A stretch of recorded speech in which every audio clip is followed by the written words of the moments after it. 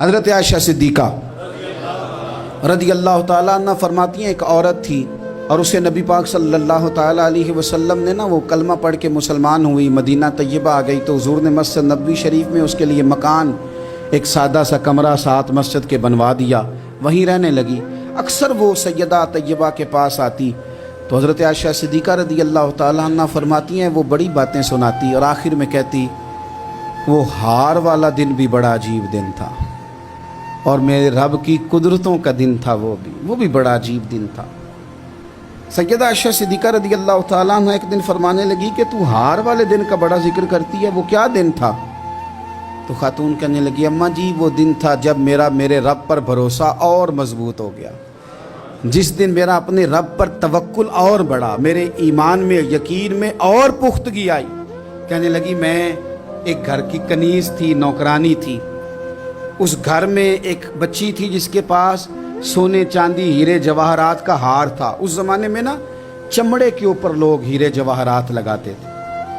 کئی دفعہ سرخ رنگ کے چمڑے پہ لگائے جاتے تھے، وہ بچی پہنتی تھی تو کہتی ہیں وہ بچی کے اس نے اتار کے رکھا یا اس سے گرا وہ ہار تو چیل اسے اٹھا کے لے گئی گوشت سمجھ کے اور میرے سامنے اٹھا کے لے گئی۔ گھر والوں نے مجھ سے پوچھا، یہ بخاری میں موجود ہے، گھر والوں نے پوچھا مجھ سے کہ وہ ہار کہاں ہے تو میں نے کہا چیل اٹھا کے لے گئی۔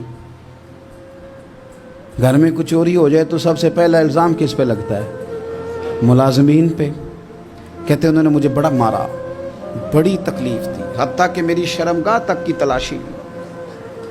میری عزت اتنی خراب کی میں بتا نہیں سکتی۔ وہ خاتون عرض کرتی ہے سیدہ عائشہ کی خدمت میں کہ مجھے بڑا مارا، مجھے تکلیف دی، میں کہہ رہی تھی کہ میرے سامنے چیل لے گئی ہے پر وہ نہیں مان رہے تھے، اماں جی انہوں نے مجھے بڑا مارا۔ حضرت عائشہ صدیقہ کہتی ہیں پھر کیا ہوا؟ کہنے لگی اماں جی جب کوئی میرا مددگار نہ رہا،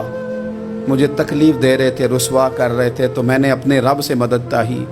میرے رب کی طرف میں نے توجہ کی، میں نے کہا مالک اب تو ہی میرا مددگار ہے۔ کہتی ہے وہ مجھے مار رہے تھے تو وہ چیل جو ہار لے گئی تھی وہی لے کے واپس آ گئی اور ہمارے سروں کے قریب لا کے اس نے جب اس ہار کو پھینکا وہ مجھے چھوڑ کے سائیڈ پہ ہوئے، وہ میری بے گناہی جان گئے،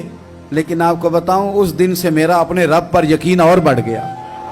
مجھے سمجھ آ گئی کہ جب انسان پورا ٹوٹ جاتا ہے اور جب کوئی چاروں جانب اس کا مددگار نہیں ہوتا تو رب تو ہوتا ہے نا، اللہ تو اس کا مددگار ہوتا ہے نا،